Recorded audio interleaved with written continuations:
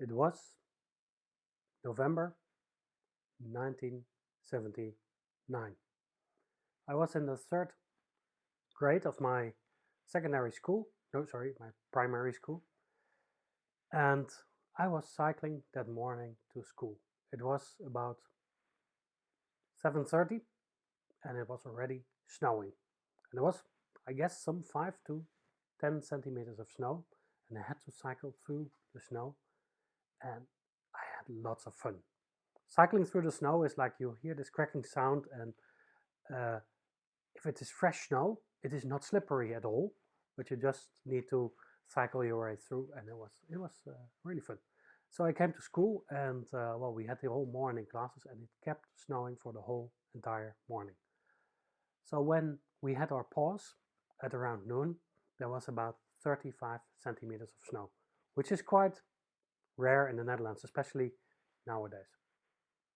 So we had a massive snowball fight, and it was really fun, pure. Totally fun.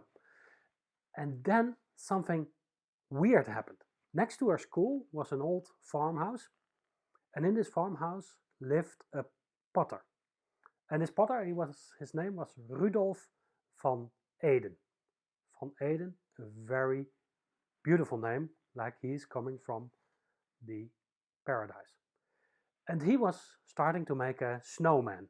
And you know, if we make a snowman, we roll a ball, we roll another ball, little bit smaller, and we put it on top of it, and then we roll a third ball on top of that.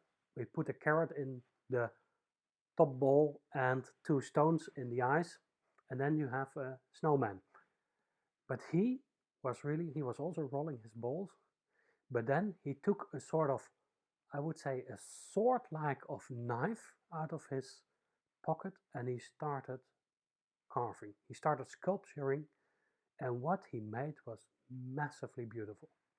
It was a sort of sitting Indian, and he had a very sharp, big hooked nose, a very strict way of looking, and a massive piece of feathers on his head. He was really beautiful.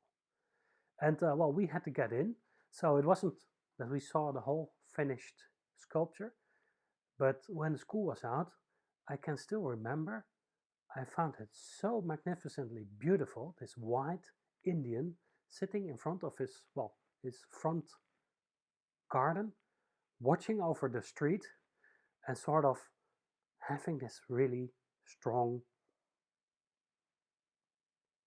I would say, strong vision or strong way to look. And I was mesmerized by his beauty, and it was getting cold, so it was really a little bit bluish white, and it was almost like radiating. But then something really weird happened.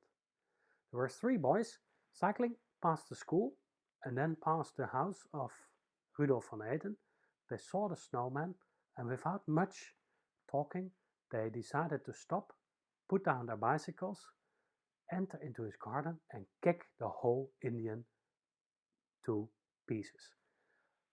What was created in about, I would say, 2 hours was destroyed within 20 seconds.